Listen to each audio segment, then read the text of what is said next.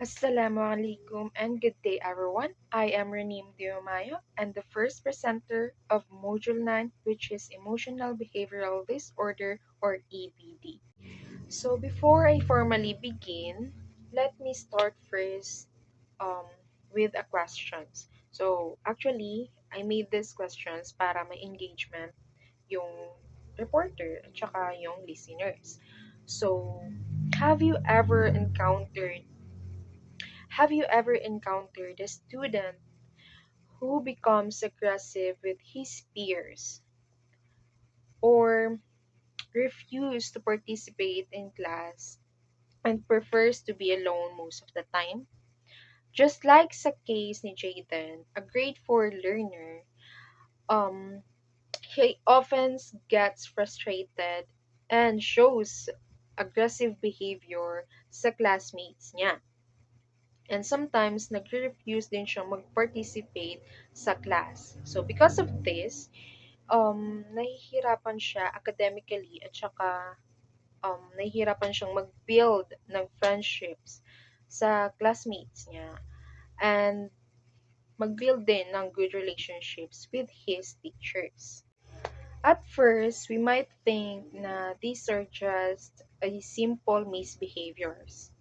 But little did we know na situations like this may actually be sign na may emotional and behavioral difficulties na pala yung bata. This is where emotional and behavioral disorder EBD comes in and why it is important for us, especially to us as future educators, to know and understand it. So before I proceed, let me first present my objectives sa part ko. So number one, define emotional behavioral disorder or EBD using your own words based on your understanding during the video discussion or presentation. Number two, identify at least three key characteristics of learners with EBD, including cognitive, academic, language, social, and behavioral traits with your own examples. And number three, explain the differences between externalizing and internalizing behaviors and provide examples of each in classroom or real life situations. So, itong objectives na to, or yung mga na-mention ko, um, yan, malalaman nyo yan during the discussion. So, actually, may hinanda rin akong activity pero dahil nga video presentation to, is i-skip na natin siya and proceed na tayo sa definition ng EBD. So, before, ang term ng EBD ay emotional disturbance. According to Individuals with Disabilities Education Act of 2004 or IDEA 2004, that emotional disturbance is condition that lasts over a long period of time. Meaning to say, it shows a certain characteristics or behavior over a long period of time and has negatively impacts or effects sa educational performance ng learner. So, emotional disturbance may show first an inability to learn that cannot be explained by intellectual, sensory, or health factors. This means that learner has difficulty learning even if wala namang problema with their intelligence or with his or her intelligence. At saka physically condition, wala namang problema. So maybe ang cause niya is sa emotional or behavioral. Second is an ability to build or maintain satisfactory interpersonal relationships with peers and teachers. So, di ba, tulad nga ng na-mention ko kanina kay Jaden, um, nahihirapan mag-build ng um, friendships or good or positive relationships with his teachers. Nahihirapan siyang makipag-interact, makipag-socialize. So, number three, inappropriate types of behavior or feelings under normal circumstances. So, let's say, for example, um, pagiging aggressive, or sobrang takot, or sobrang galit, or sobrang sad. In a normal situations lang naman. And for the second to the last, a general pervasive mood of unhappiness or depression. This refers to a long-lasting sadness or lack of motivation. And lastly, a tendency to develop physical symptoms or fears related to school problems. Let's say, for example, a frequent headaches and fear to go to school without clear reason. So, this definition were supported by Division of Emotional and Behavioral Health under by Council for Exceptional Children. So, ito, professional organization to, composed of specialists sa special education. So now let us move to the proposed definition of emotional and behavioral disorder. So from emotional disturbance to emotional and behavioral disorder. So according to Fornes and Nitzer, 1992, from the National Coalition on Mental Health and Special Education, emotional and behavioral disorder, where a learner's emotional or behavioral responses in school are very different. Meaning to say is that yung yung actions or behavior ng bata ay iba sa normal ng mga kaedad niya. Mga kaedad niya sa culture or background and severe enough to negatively affect educational performance. Educational performance, pag naririnig kasi natin yan, is parang academic lang siya. Pero dito, educational performance include yung um, academic, yes, social relationships, vocational skills, at saka yung personal development ng bata. So later, malalaman natin kung bakit nga ba in-enhance or bakit nga ba in-improve yung definition ng EBD. Now, disability is more than, EBD is more than a temporary, expected response to stressful events in the environment. So, meaning to say, hindi lang siya cause ng temporary stressful events. Long-lasting siya at saka consistent yung actions nila, yung behaviors nila. Hindi lang siya panandalian. Next is disability is consistently exhibited in two different settings, at least one of which is school-related. So, meaning to say, hindi lang siya nangyayari, yung behavior nila, hindi lang umaatake in just one place. Pwedeng school at saka pwedeng home or pwedeng sa ibang lugar. Meaning, hindi siya situational. Hindi siya situational na sa isang lugar lang nangyayari or umaatake yung behavior nila. Next is disability is unresponsive to direct intervention in general education. So, hindi sapat sa kanila yung regular teaching strategies na kunyari yung ginagawa sa mga normal students. Just like other learner with disability, um, kailangan nila ng extra support or specialized support din. Number two, emotional and behavioral disorders can coexist with other disabilities.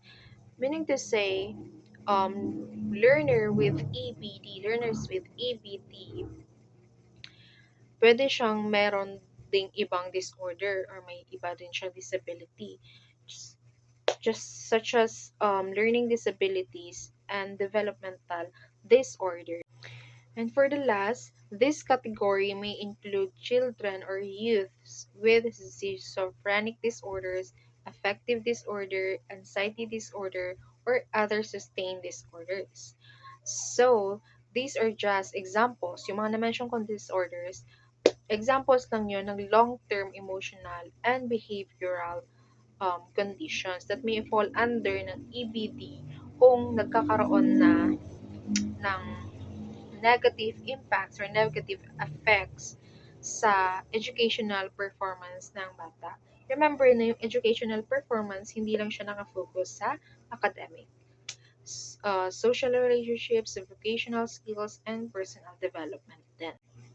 And now, let us move sa advantages of proposed definition. So, advantages, bakit nga ba mas better yung proposed definition kaysa dun sa definition before? So first, it uses words and phrases that reflect current professional preferences and efforts to reduce stigma. This means na kung mapapansin nyo, yung definition before ng EBD, grabe rin yung negative words na ginamit doon. Inability, inappropriate, anxiety, depression. Tingnan nyo lang. Um, Kaysa doon sa proposed definition na it avoids negative labeling and it promotes respect doon sa learners with EBD. Number two, disorders of emotions and disorders of behaviors are both included. So, di ba sa proposed definition, na-mention doon yung mga iba pang disorders na pwedeng mag-exist, pwedeng isa, or pwedeng dalawa at the same time doon sa bata. Number three, yung proposed definition daw, it focuses sa school but also recognizes that problems or issues that happen outside of school are important. This means na yung condition ng learner pwede siyang influence sa home or community factors or nag-influence ng community. Number four, it takes into account differences in race and culture. 'Di ba sa proposed definition, na-mention doon yung um, iba yung actions or behavior ng learner with EBD doon sa mga normal niyang age. It takes into account nga yung sa culture, pati na rin yung background. It helps misinterpreting yung behavior. Number six, advantage. Proposed definition daw, although it agrees that preferred measures are important, it does not say that they must be used blindly in all situations. 'Di ba sa proposed definition, na-mention doon yung um, flexibility ng teaching strategies, yung specialized or extra support teaching strategies na kailangan ng learners with EBT.